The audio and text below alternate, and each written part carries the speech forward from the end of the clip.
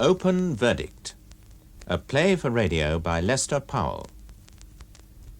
At Ashminster today, an open verdict was returned at the inquest on Joan Kendal, the 19-year-old student who was found in the River Ash on Tuesday. It's understood that police are continuing their inquiries. Hotels in the southwest came under fire. Come in, the door isn't locked. Oh, those stairs certainly do test out the old bellows, don't they? Hello, old boy. What can I do for you, then? Does he want to go out? That's the general idea. He usually does about this time. Ah, I figure, then. Good hunting. He does most of his hunting in the bishop's dustbins, I'm afraid. No sense of reverence. I saw your car outside, so I thought I'd just wander up. Nice to see you. And how are things with you, then? Busy? So-so. Belongs to another age, this place, doesn't it, eh? The cathedral, those old lawns, even the rooks don't look contemporary. Are they rooks? Ravens. I didn't realize there were private dwelling places in the close. How did you find it? Through my boss. It's cathedral property, and he plays the organ. Does he? I didn't know that. Yes, Mr. Earle is a man of parts. He's a fine photographer. Best in these parts, or so they say. I didn't see you at the inquest. I wasn't called. I thought you would have been. The other detective I talked to, chap with sandy hair... Roy Shields? He said I wouldn't be needed. That was before the autopsy. The autopsy shed a different light on things. You see, there's barely 4 foot of water at low tide below Stevens Bridge, where she was found. So the injuries to her head could have been caused by a submerged rock if she threw herself off. On the other hand, she could have been crushed on the bank and then thrown in. Is that what they think? There was a certain amount of water in the lungs, but not enough, apparently, to prove drowning. Hamer, how old are you? How old? 32. 33 in November. Why? And you've been in Ashminster how long? Just over a year. Working for Graham Earle all the time? More or less. You take pictures, too? No, I do the selling. Postcards, calendars, the occasional illustrated guidebook. And how much does that bring in, then? About 17 a week after tax. Oh, not much, is it? Well, I work the thin end, mostly. The country areas, village stores, sub-post offices, itsy-bitsy gift shops. Did Joan Kendal pay you? What for? The tuition. It wasn't tuition. I was helping her prepare for an exam. In what? Modern history, her subject. Oh, yes, you've got an Oxford degree, haven't you? Cambridge, actually. Talk about her. Give me a picture. Something to bite on. Do I get to ask a question? Of course. Are you here officially? Oh, dear, am I wearing my CID hat? Yes. Well, I'll tell you, I had this case thrown at me unexpectedly, less than 2 hours ago, as a matter of fact. There are people in the town, in the university, who knew her a whole lot better. I know that. Then why start with me? I've got to kick off somewhere, haven't I? Thanks. No. Now, you're a bright lad. You're good with words. Look, Sergeant Piper. Inspector Piper. The heist came through yesterday. Congratulations. Thanks. Now then, you were saying? I'm not completely stupid. Oh, my dear chap. An open verdict means that the whole thing, circumstances of her dying, happenings leading up to it, all open to suspicion. Investigation. By definition, then, anyone connected with her is open to suspicion. If you'd prefer it formal, we could wander down to the station. What I mean, there's method in this, isn't there? Dropping in like casually in the quiet of a summer's evening. I mean, there's technique in it, isn't there? You'd feel happier, more relaxed in an interrogation room. No. Oh, wise choice. They've just redecorated it mustard yellow, like fever. Shall we talk? Go ahead. How did you meet her? Arnold Roland's gift shop.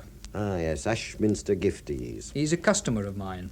She works for him, full-time out of term, part-time in term. And so one day she says, Mr. Hamer, I need a hand with my history. I asked her to a symphony concert at the cathedral. Good. I want to make the distinction clear. What distinction? That you saw her first as a girl, as a woman, afterwards as a student. Wait, you're going at those fences too fast. You're saying there was a sexual attraction. And wasn't there? I don't see the relevance. That's just what I'm looking for, a point of relevance. She didn't die in that river for no reason at all, you know. Now, put it this way. She has cross eyes and knock knees. You still ask her to the concert? I can't answer that. Because she didn't have cross eyes and knock knees? Right. What happened at the concert? They played Berlioz, Saint-Saëns, Frederick the Great. Who? He found time to write music between building Potsdam and fighting wars. No. Afterwards, we had coffee. I told her I'd once been a lecturer in modern history, and she told me about this exam and how worried she was about it. I offered to help her. The university provides an adequate tutorial system, would you say? I believe it does, yes. Then did she need your help? What made you think she did? I made her the offer because I wanted to see more of her, Well, didn't that enter into it? It could have done. I liked her. I enjoyed her company. In that case... Hold on. There is, believe it or not, something else in this besides sexual attraction. I have a passion for history. What she offered was an opportunity to indulge it. Just that one passion? If you're asking, did I go to bed with her, the answer is no. She wasn't a virgin, you know. That at least emerged clearly with the autopsy. Is that your point of relevance? Her deflowered state? It could be. This tuition, coaching, whatever, where did it take place? Here? At night? It had to be at night. I'm out of the city most of the day. How many nights a week? 2, 3, it varied. She'd arrive at what time? 9, sometimes later. And you'd work with her till when? That too varied. Now, Hamer, she was seen, and more than once, leaving this flat at 2 o'clock in the morning. All right. Tell me something. Was her death a surprise to you? A surprise? It was a kick in the guts. Knowing her as well as you did, you mean? Slow down. There you go again. My relationship with her wasn't intimate in any sense. She wasn't a girl who talked about herself or about her relationships with other people, the things that had happened to her. Unusual girl. Now, that's where your point of relevance is, so far as it concerned me. What I liked about her, why I enjoyed her company, up to and beyond the horribly immoral hour of 2 o'clock in the morning, was the fact that she wasn't like everyone else, a die-stamping in a miniskirt with long hair. Was she a happy girl? Not exactly, not constantly. Well, who is, even at 19? Especially at 19. Right. I'd say she was a mercurial person. Up 1 minute and down the next. Of course, at 19, stamina, consistency isn't a common factor. So, we come out for this, do we? She was given to fits of depression. Not depression exactly. Boredom. She was given to great gaping fits of being bored. And that is a common factor at 19. Very much so. But few of them wind up in the river because of it. If you're asking, did I see her as a suicide, I didn't. It could have been that, I suppose, on a sudden impulse. If suicide is a thing of sudden impulse, which I doubt. No, I don't go along with suicide myself. You're serious. Suicide doesn't cart herself into only 4 foot of water. If serious, she'd do her own work on that. Besides, where's the motive? She was a good student, no emotional entanglements, no money troubles. She wasn't all that well off. She had to have a job to make her grant stretch. She had £300 saved up, found in her room in crisp new fivers. Now, that does surprise me. She often complained of being short of cash. So, what do you think? About the £300? Why she died? An accident? She was standing on Stephen's Bridge in the middle of the night when she comes over all faint and topples off. It's a possibility, isn't it? Hardly. The parapet on that bridge is 5 foot high. Not something you could just trip over. How much did Arnold Roland pay her? Oh, I don't know. But not enough, I should imagine, to account for her having £300. Roland's a tight man with £1. Well, thanks. We'll talk again. If anything occurs to you, something you've forgotten, you can contact me at the station. Who there? Oh, it's you. Hang on a minute.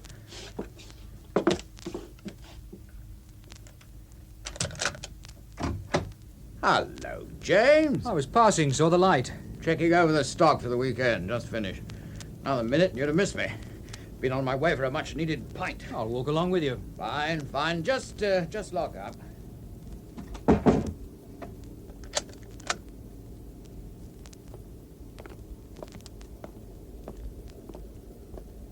Coming across the grass? Yes, to the Lion. Care to join me? I won't, thanks all the same. I'm on my way to the cathedral. Well, I don't have services this time of night, do they? Organ practice. I have to see my boss. Oh, that reminds me. I could do with some more postcards. Cathedral series. Sell a flock over the holiday. I'll drop you some in the morning. 10 dozen. Better make it 12. Will do. You heard the verdict? On the radio. I suspect foul play, then. Presumably. Violent times, these. Even Ashminster offers no protection. When I first heard about it, I said, suicide. Poor girl drowned herself. High rate of suicide among students. They worry. Not like in my day. Have the police been on to you, Arnold, since the inquest? No. Chap from the CID called on me this evening, Inspector Piper. Harry Piper? I don't know his first name. Above my age, thick-set, dark, Cornish-looking with a cleft chin. That's him. Well. Small world. Harry Piper and I used to play in the county rugger team together. One of the best lock forwards we ever had. He may be calling on you, too. Oh, I'd be glad to see him. Not that I could tell him much about the girl. I didn't know her all that well. Outside the shop, I mean. Never even saw her outside the shop. Rather funny, really. Ashminster isn't all that big. By the way, they know about the £300. Oh? Do they? I thought you'd be interested. Yeah. Well, here's where I leave you. See you in the morning.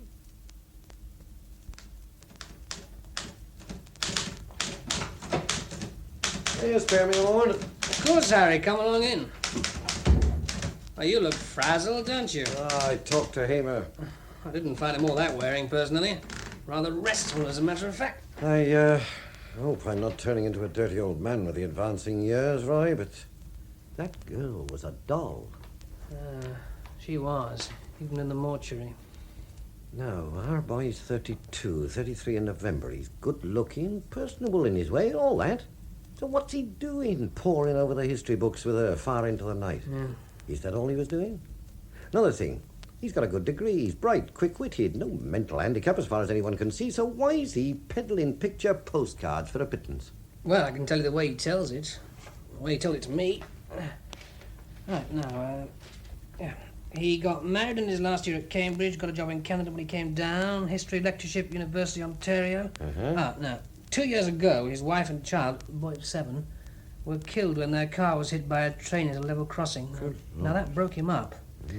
Packed in his job, drifted, got on the bottle, and last year, when his money ran out, he turned up in Ashminster. But why Ashminster? He's not Devonian, is he? No, it comes from somewhere over on the east coast. Why Ashminster is the cathedral? What, a religious retreat, spiritual sanctuary, that kind of thing? To rebuild his life. He's not coming on very fast, is he? Been here a whole year, and he's still only earning £17 a week after tax. The rebuilding wasn't economic, Harry. Obviously not. That's the way he tells it. You don't have to believe it. This girl was a doll, a real doll. I keep coming back to that. And Hamer's interest in her being purely academic. It's feasible. Anything's feasible if you try hard enough.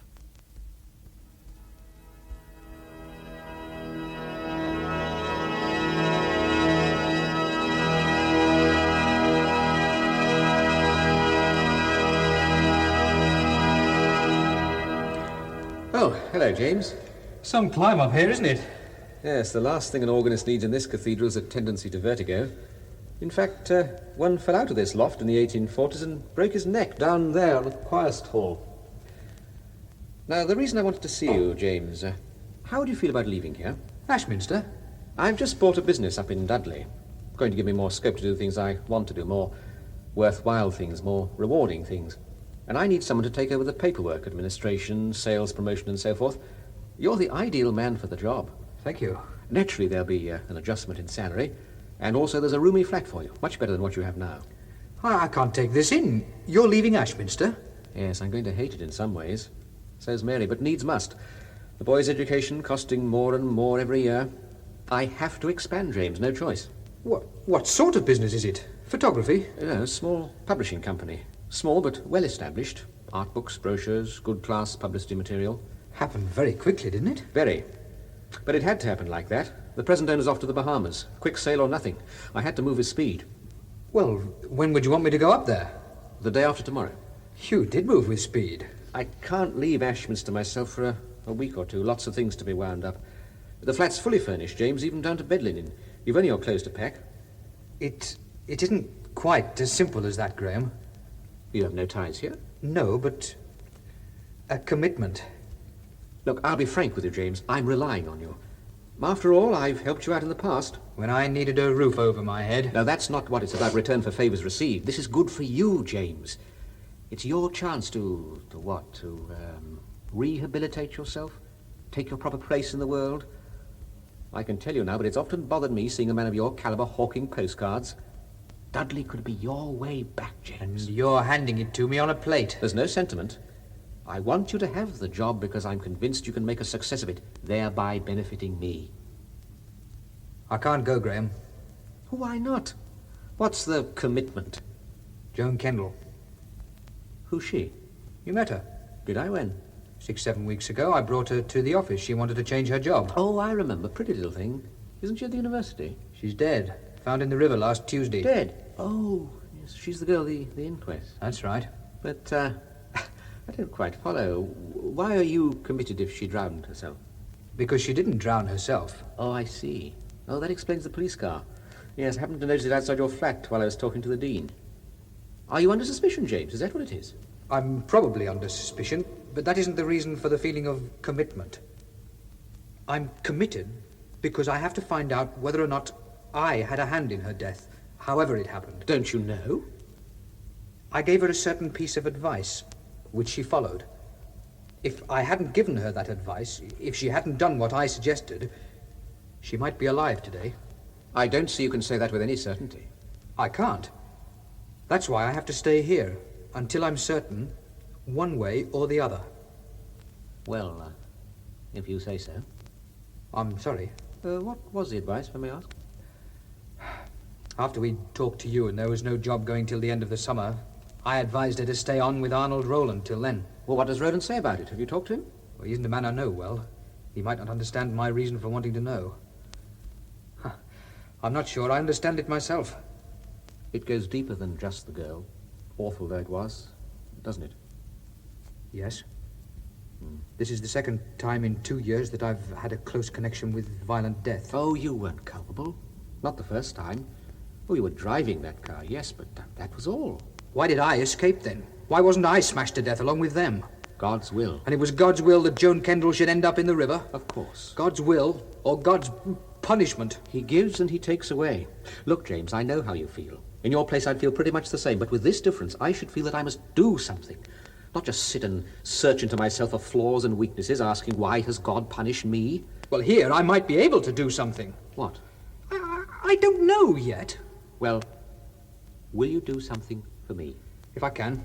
Think my proposition over. Sleep on it. All right. Good. Come and see me at lunchtime tomorrow. I'll do that. Aren't you going to stay? I've got a piece of Monteverdi I thought you might like. I want to talk to that detective again. Good night. Good night. Cigarette? No, thanks. I always live on the job at the start of a case. The first 48 hours are vital, given that the thing has complications. If you don't crack it in the first 2 days, your chances diminish sharply. Now then, what have you got for me? I'm not sure it'll help. Try it. After you left me, I talked to Arnold Roland. What did he have to say? It was more what he didn't say. I mentioned the £300 you found in her room, and he didn't seem in the least surprised. He knew about it, in other words. Maybe he gave it to her? Maybe he did, but why? What for? You said he was a hard man with a pound. I expect you can bear that out. You played rugger with him, didn't you? So, if she went to him and asked him to lend her She money- wouldn't do that. Why not? She's in financial difficulties. She works for him. What's more natural? If she was in money difficulties, had a pressing debt to settle, would she stuff the money in a drawer and leave it there? We found the money under her mattress, not in a drawer. Now, tell me, what makes you so sure she didn't ask Roland for money? The circumstances. What circumstances? Well, about 6 weeks ago, she told me that she was having trouble with him and asked me to help her find another job. I took her along to Earle, but he didn't have a vacancy, not till the end of the summer. What kind of trouble? Did she specify? She didn't have to. Roland's a single man. It's obvious what the trouble Not was. necessarily. Still, let's assume that. Roland makes a play for her. She doesn't fancy him. You can't find her another job, so she goes on working for him. On my advice. She needed the money coming. She could have found another job without your help. Why didn't she? I told you. I advised her not to. Oh, you had that much influence on her, yet you maintain your relationship with her wasn't an intimate one. One can have influence without intimacy. Can one? I suppose so. Anyway, she takes your advice. Then she runs into difficulties. She has to have £300 in a hurry, so she does a deal with Roland. No. Why no? I knew her well enough for that. To you, she was honest, straight and pure. Yes. Wouldn't sell herself. No. Not in any circumstance. Not in any circumstances. You're an intelligent fella, Amy. You bristle with brains. Thank you. But in this job, you wouldn't last 5 minutes. You're saying I'm naive? I'm saying you assume a consistency of behavior in people that they don't necessarily have, especially girls of 19. That's saying I'm naive. All right, we won't quibble over a word. Oh, excuse me. Piper? Oh, yes, Roy. What? Yeah, keep him down there for 3 or 4... no, wait. Show him into the interrogation room, will you? You know, that's funny. Do you know who's here? Roland? You must have thrown a scare into him, and he's come to throw suspicion on you. It's rather funny, don't you think? Hilarious. So when I heard you were on the case, Harry, thought I'd come along and have a chat. Without it being official, if you follow me. Oh, I'm glad you did, Arnold. Nice to see you Yeah, again. it's been a long time. One loses touch. You know how it is? But about it not being official, Arnold, you do know, don't you, that there could be foul play behind all this? Of course.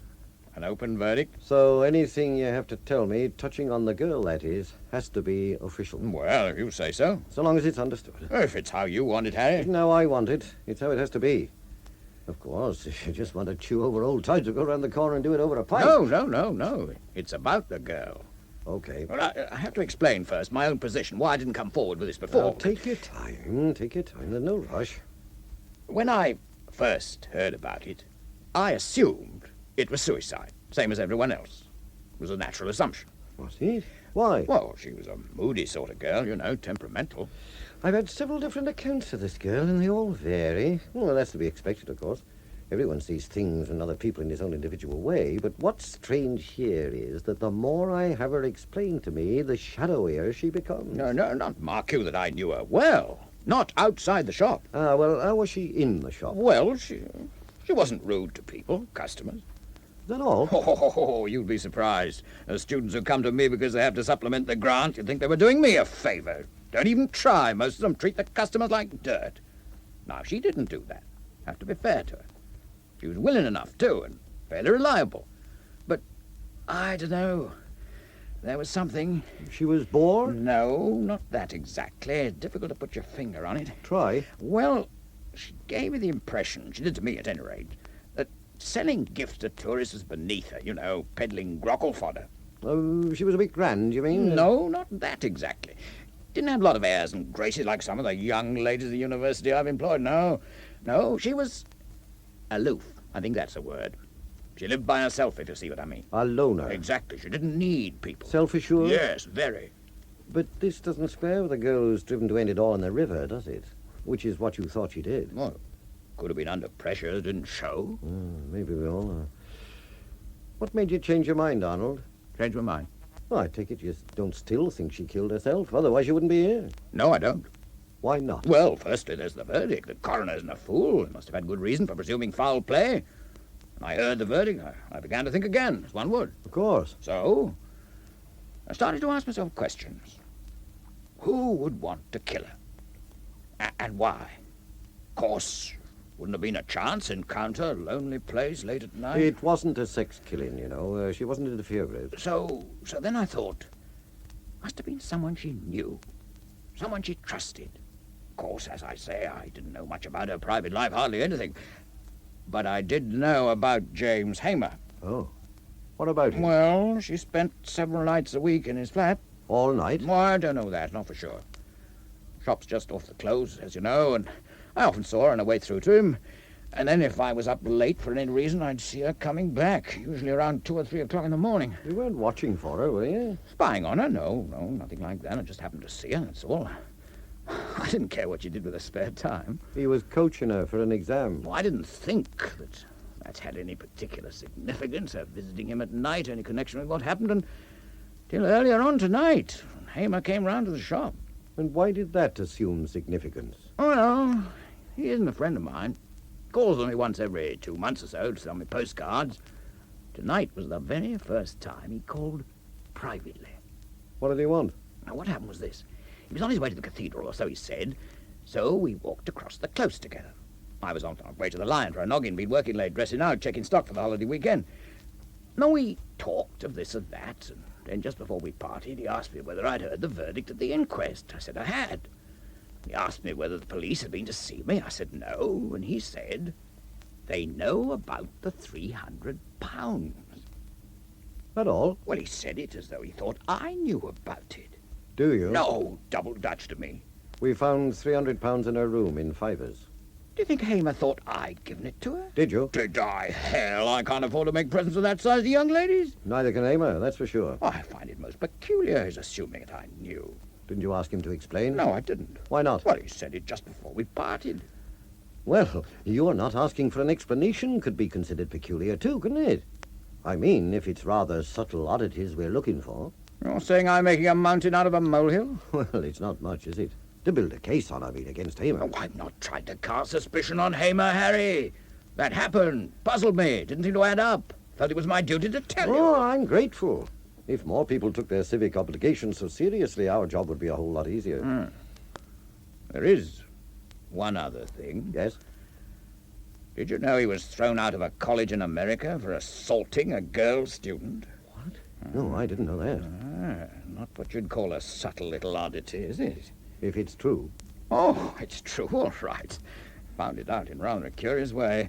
Shortly after he came to Ashminster and started to work for Graham Earle, he came into the shop and introduced himself. We got chatting, and he happened to mention that he'd taught history in a woman's college in Utica, New York, after he left the university in Canada. It so happens that a friend of mine, a Dr. Faber, an antiquarian, lives in Utica. So, in my next letter to him, I mentioned this, and he wrote back and said there'd been a big scandal about Hamer. He'd attacked one of the students and been heaved out on his ear. I brought the letter with me. Can you leave this with me, Arnold? Oh, of course, keep it as long as you like. As I say, Harry, I ought to come forward with this before, but until I heard the verdict, I really didn't see the point.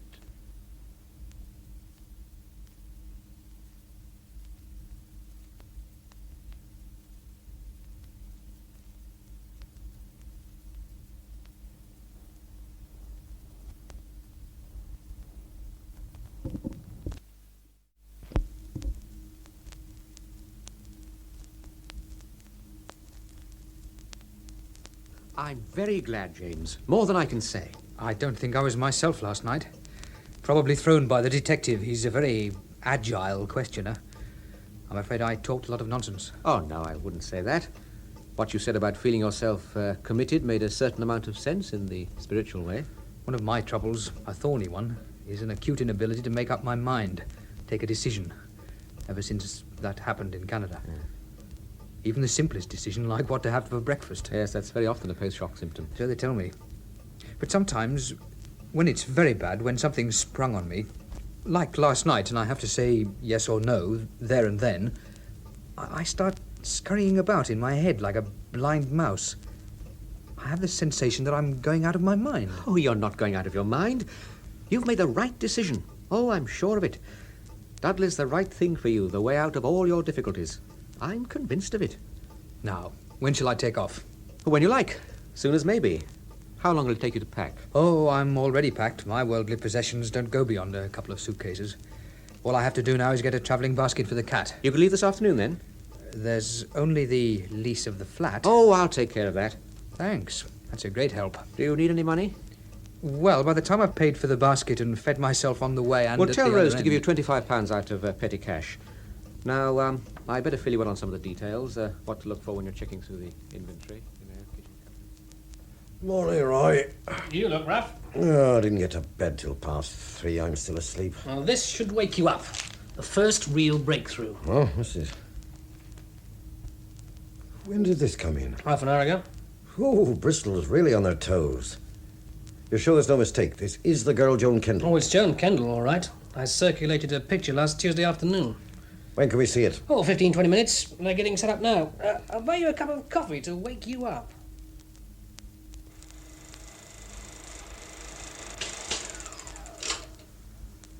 Lights, Constable. Right, sir.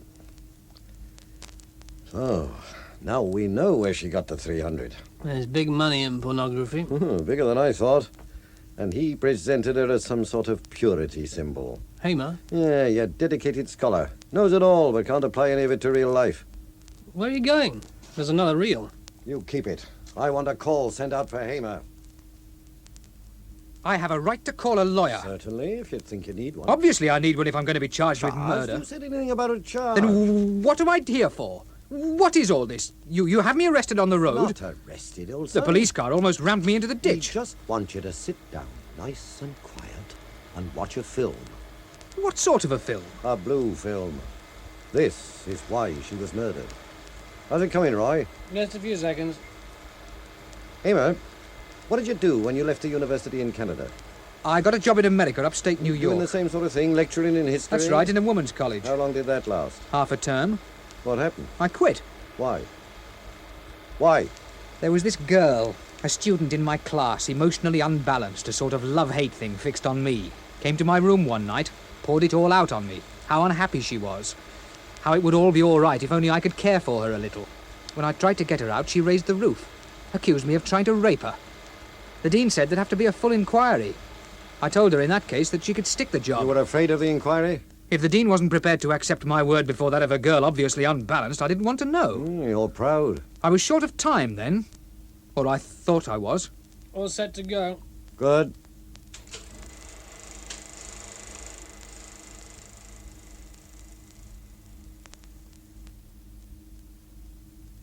Well, what did you think of that?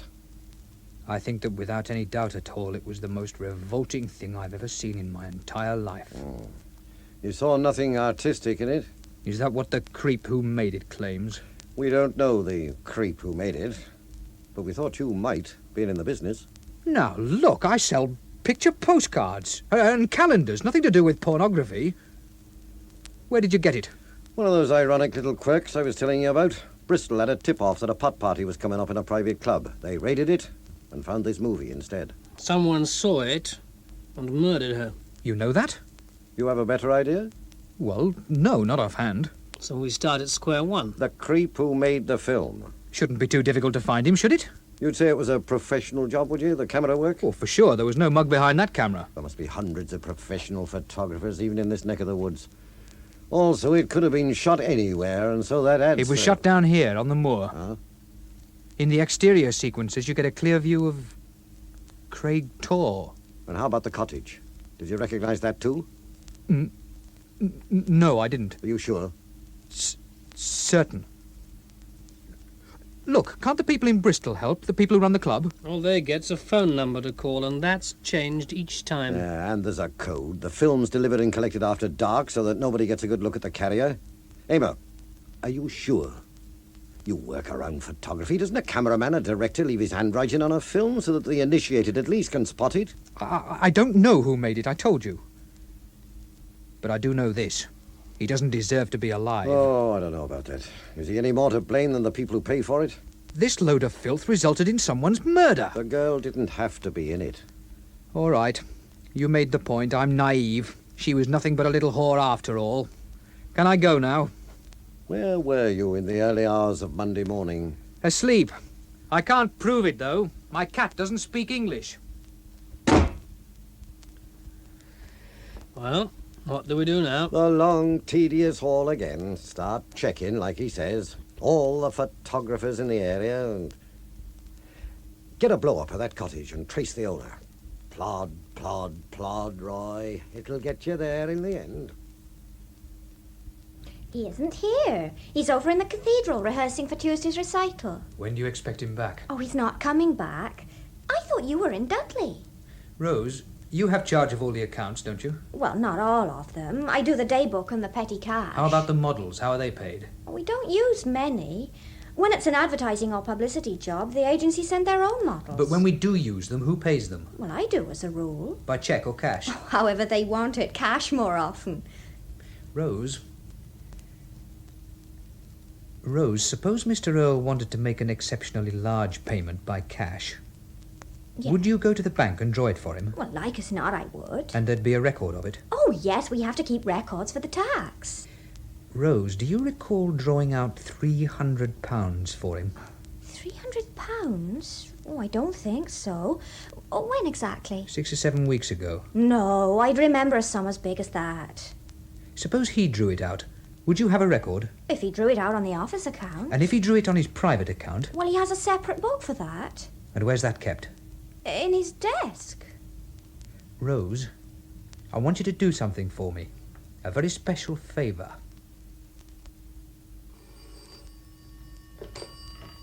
Piper. What? Yes? What? Right, thanks. All right. I'll go down there. Get the car out at once. Roy? Yeah? You can drop everything. What's happened? The case just came to an end. Arnold Roland shot himself. When? A few minutes ago. Some kids playing near the rugby ground saw a red coupe drive up, and a man get out and go into the changing rooms. It appears he was carrying a tape recorder. Sometime later on, they heard a shot. They told a milkman, and he phoned in. The thing that made the kids stop and stare was that the man who went into the changing room was all tricked out in football togs. County jersey, boots, the lot. He was even carrying a scrum cap. I don't want anybody coming in, Sergeant. Very good, sir. I don't see anything. Over here. See? On the massage table. God, what a mess. I suppose this is what you could call a ritual suicide. Why? Why did he shoot himself? Why all the elaboration? Getting into his football gear and laying himself out like this, here. Yes, perhaps that's the saddest part of the whole thing. Suppose he wanted at the end to go back to the days when life was good, when he wore that jersey on Saturday afternoons and the crowd roared and he saw himself a hero, a man among men. Ay, poor old Roly. Well, at least he tidied up all nice and neat for us. No doubt he left all we want to know on this tape. Switch it on, Roy. It's funny. These are the last words I'm going to speak on this earth. And yet now I'm sitting here, in front of the mic. None of it seems real. As if it happened to someone else. How do you begin? At the end? The end of Arnold Roland? Well, everything will go on as before, won't it? I might never have lived for all the difference it's going to make. Sobering thought, eh? But maybe if I were like James Hamer, if I believed, I'd get a word of reassurance from up there. God would say, okay, love, you may not want to work it all out for yourself, but you didn't live for no reason at all. When you're through with this vale of tears, there's a cushy spot waiting for you up here in paradise. You're not just worm fodder, Roly boy, God would say. You do have an immortal soul, after all. When she first came to work in the shop, I didn't pay much attention to her as a woman. Apart from the thing I'll tell you about in a minute, I like women. I registered she was pretty, of course. You couldn't fail to do that. But I didn't do anything, make any move. I've had ladies from the university working for me before, and with them I've always stuck to the old Confucian maxim that a man shouldn't foul his own nest. I stuck to that maxim with her. At first, had I known what I know now, I'd have gone on sticking to it, but fast. How was I to know when she walked in, neat and trim, bit shy-looking, smiling easy, though with a smile that lit you up? How was I to know that my doom walked in with her? You want some facts, don't you? Right. When did I first see her as a woman? Well, I can't give you the exact time, day of the week, even the month, but it was evening, after hours. We were dressing out the window together. She was arranging a display of tulip glasses, rather elegant, smoked from Czechoslovakia. She dropped one, cut her finger. Index finger of her right hand. I got the first aid box. Then it happened. For the first time, I noticed what beautiful hands she had. Firm and graceful, with character and purpose. That's what got me going, those white hands. Crazy. Since when have hands been erogenous as parts of a woman's body? After that trivial little thing, I was gone, completely gone. A sighing swain, throat-scraping adolescent, right back to my teens. Extraordinary. Most of the time I felt I was someone else. Someone who irritated me. And all because of a pair of hands. I only had to see her walking towards me, and my throat would swell up, my tongue got too big for my mouth, my hands got bigger and more awkward, stickier. Sometime after this, I don't know how many days, not many, I plucked up my courage, and asked her to have dinner with me. Now, stop it right there. Here we have to have an explanation. Old Rowley's attitude towards the opposite sex. Well, it was all right, provided they were birds, dollies, partridge. On a thrash with the lads after a big game, I never hung back, no sir. When I was confronted by a woman you could get serious about, emotionally entangled, love, that kind of thing, I'd take all fast. I don't know why. That's crazy, too. Come to the end of your life and not understand a fundamental thing about yourself like that. Wasn't that I was scared of marriage? Who wants to be alone? More alone than you have to be. No, only to be attracted to the female, apart from the obvious thing, the sex thing. And I lost my nerve completely. Reduced to a fear-ridden pulp. Actually, it only happened once before. Miss Joan Kendal walked her deadly way into my life. In fact, I was scared that I'd lose my masculinity when it came to the moment of consummation. That's why I ran. Maybe it's not so kinky after all. What causes more trouble between men and women than that simple act of consummation? Another fact. Cops always want facts, don't they? On the telly, they're always yelling for them like seagulls behind a ship. Facts, facts, facts. Give us the facts, as though a fact is something simple, something that comes with a water supply. The fact that I told her that night. Took her to one of those she places on the edge of the moor where they have candlelight and bring the chafing dishes to the table. Cost me £9. Primed by a bottle and 3/4 of Niersteiner Domtal. She could only manage a quarter. I told her the whole bit. Just how it was with me. The fear, the whole works. And what does she do then? After I put it all on the line for her, my life, my innermost feelings, she says primly it's getting late, and I have this early tutorial in the morning. Well, after that, another fact. She goes to James Hamer, as I subsequently find out, and tells him she's having trouble with me, and will he help her find another job? I do this agonizing, soul-bearing act, and she calls it trouble. What do you think? It's a new pitch, a variant on some old chestnut? This thing is bigger than both of us. Come and see me etchings. This what you thought? Who knows? I have no facts on what went on inside her head. My friend Harry Piper said the more he had her explain to him, the shadower she became. He was so right. I was in love with her, worked with her every day, yet she remained the original enigma, the smile on the Mona Lisa. I'm going to spare you and myself the details of what happened the next few weeks. Goes on working for me like nothing had happened. I'm servile, grateful for any sweet crumb of comfort, smile, even an acknowledgement of the fact that I'm living and breathing, for God's sake. We'll skip all those weeks, smartish, if it's all the same to you. All right, we come to the night before she died. That night, more to get away from myself and my thoughts, I drove her. No, I shan't name it. I don't want to cause any more trouble. Small club outside the city it was. A little gambling, music, pleasant bar. Chap who runs it, an old mate, says, "Glad you showed up tonight, Rowley. Having a special film show for a select circle. £8 a head, 12, perhaps 15 guys. Long room over the garage." A man was right. Special film. Very special. She was in it. That nice, rather shy girl. Serious student of history. Those fine hands. Star of a blue movie. And not looking as though it's any great agony. As her arm had been twisted. Just the reverse. She really put her heart into the work. And that's how she got the 300 quid.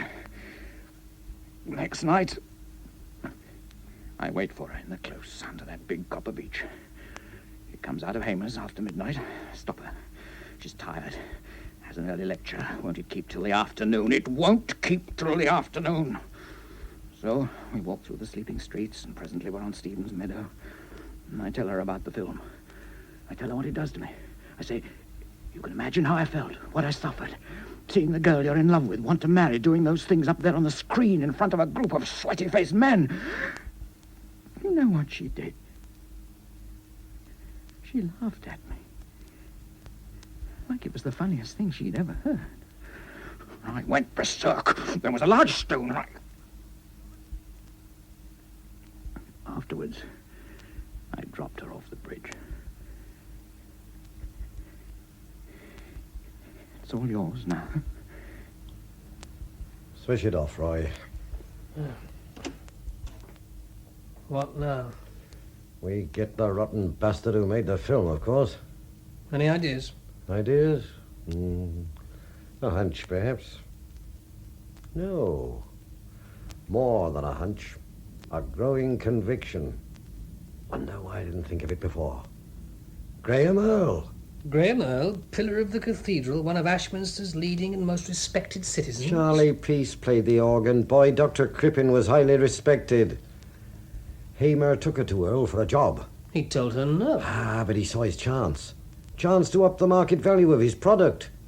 Fresh-looking young girl, college student, instead of the beat-up old call lady they usually get in a porn movie. Oh, yes, I can see it. Later, Earle makes his approach, privately, not in the office, where nobody knows. He puts it to her. No real harm in it, Ducky. An artistic effort. Better to show people making love than making war. And there's 300 lovely big smackers in it for you. Well, if he did that, if it was Earle, he's a whole lot better a judge of character than Hamer. Then that, my friend, wouldn't be difficult. Now, we'll go along and have a little talk with Mr. Earle. It could be very revealing. Very revealing indeed.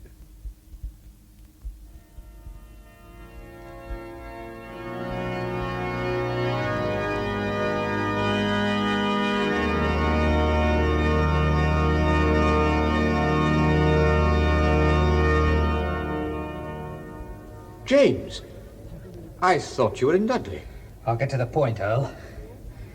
For a whole year, I've hated your guts. Sometimes it's been so intense, it's been like a pain.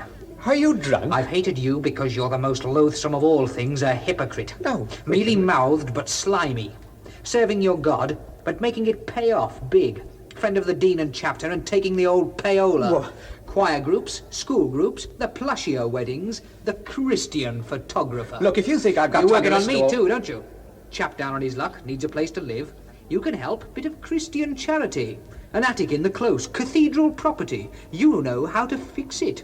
For me. Oh, You get the lease and sublet it to me for 30% more than you pay for it. Oh, this is absurd. I know, Earle. I've known a long time. The hatred I've had all these months is nothing to what I feel now.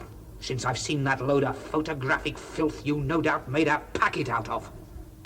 What are you talking about? I have proof. The facts. I recognize the flowing Bergman-esque style. You're a damn good cameraman, I'll give you that. I also recognize that little hideaway of yours on the moor. You got a little careless there, Earle, letting that be seen so clearly.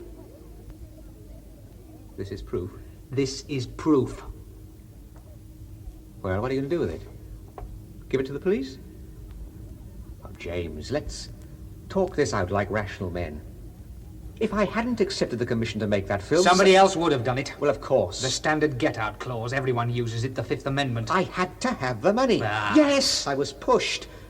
Soaring cost of living, 2 sons at university. I had no room for maneuver. You had to have a new business in Dudley. The only way I could meet my obligations. What's so wrong, so hypocritical in meeting one's obligations? Is that what you were getting me into, a pornography factory in Dudley? No. I bought the business out of the proceeds of the film. And other films like it. All right, but that was my last. From now on, you were going to play it clean. I've no need to take the risk. The pressure's off. Look at this realistically, James. Lift your head from the history books. People are different today. Their needs are different. As the young say, better show making love than making war. Is that how you pitched it to her, in those words? Well, what difference does it make? The difference it makes, Earle, is that the girl is dead. The difference that it makes is that the girl was murdered. Yeah, but not because of the film. Certainly because of the film. A matter of days after this revolting epic is finished, she's pulled out of the river. Coincidence? We're being rational. Of course she was killed because of the film. Do you know that for a fact? I don't know the details. I don't know the person who bashed You in her don't even head. know for sure that it was murder. For all you know, it could have been suicide. She drowns herself in an excess of shame at what she'd done. Earle, I saw that film less than an hour ago. Well, then you know she wasn't worth bothering about. You know she had no more moral sense than a... What are you doing? I'm going to throw you out of this loft. You're out of your mind. Ah, let me go. It was enough to kill that organist in the 1840s. There's people down there, witnesses. Over you go. Help! Help! Help! Help! Over you go. Let go of him, Hamer. Out of the way! Don't be a fool, I tell you. Oh! Sorry about that. Why the hell couldn't you leave it be? Oh, boy, you pack a punch. All right. Winded. Sit down. Mr. Earle, we have certain information about the making and distribution of a pornographic film. Now look, you can't believe all Hamer says, and I can explain it anyway. True is my cottage on the... You shot the film in your cottage, yes? I'm not saying anything. You've already said a mouthful. Yeah, I was unnerved. This man was trying to kill me. Roy, take Mr. Earle to the office, will you? I say nothing without my lawyer. You'll have your lawyer. Mr. Earle. All right. But you're making a mistake. You'll hear more about it. I can promise you that. All right, Hamer. Why did you have to butt in? Butting in is my business. Why couldn't you let me throw him over? And what good would that have done you? He killed the girl. But for him, she'd be alive now. That is not the literal fact of the matter. The literal fact of the matter is that Arnold Roland killed her. You know that for a fact? Positive. He shot himself an hour ago and left a confession on a tape recording. Oh, God. He wanted to marry her. He saw the movie at a stag party. When he texted her with it, she laughed. That drove him over the edge. Something else Earle has to answer for. Yes. How will he answer for it? Now, Hamer, you've had a university education. You know we don't make the laws. What'll he get? A few months? If that. I'll get him when he comes out. Let's have that one again. I'll get him when he comes out. No, you won't. Yes, I will. I'm not just shooting my mouth You off. won't do anything like that, Hamer. You're pretty short on common, but you're not a complete nit. All right, you tell me. You're the realist, the one who knows the full score. All right. He's vermin. But you destroy him and you spend the next 10 years in prison. That proves anything? Look, I had a hand in this too, you know. I led the girl to her death. Oh, now, how the blue blazes did you come to work that out? I took her to his office. I advised her to stay on with Roland. Yeah, you're determined to get in on the act, aren't you? Get a chunk of the action. You just have to be guilty, don't you? Maybe you led your wife and child to their death. I was driving the car. Ah, you see what I mean? You have to hog the action. Now, listen, boy, I didn't know your lady wife or your little boy. But I do know about Miss Joan Kendal. Now, listen, short course, but packed, as you might say. I don't suppose Mr. Graham Earle had to use a thumbscrew to get her to be in that film, do you? Now, look, Piper. Answer the question. Well, no, but... And as to her modesty being outraged, her virtue embarrassed by the honest if somewhat bucolic attentions of poor old Rowley. When he told her he'd seen her in that movie, she laughed. There is a moral issue. Will you listen to me? She laughed at him, Hamer. She laughed in his face. That doesn't exonerate Earle. Not in my eyes. Listen, you. You're not going to exonerate or unexonerate anybody. You're going to get back in line. You're going to stop carrying on like something out of Edwin Drood, that ridiculous Gothic bit brooding under the eaves and gazing with sickly eye at the old cathedral and talking about spiritual rebirth and all that manure. Is that what you think? I'll get him when he comes out. What kind of cheap line's that? Well, it's not out of Edwin Drood. Stop feeling sorry for yourself for a start.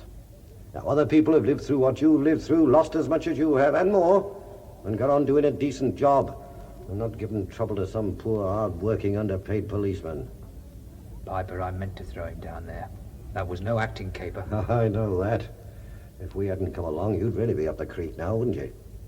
Look, go back to what you can really do, will you? Teaching history.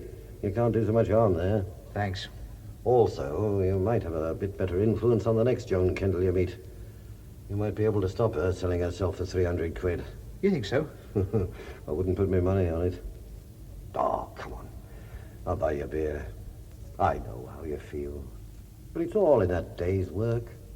Honestly, I promise you.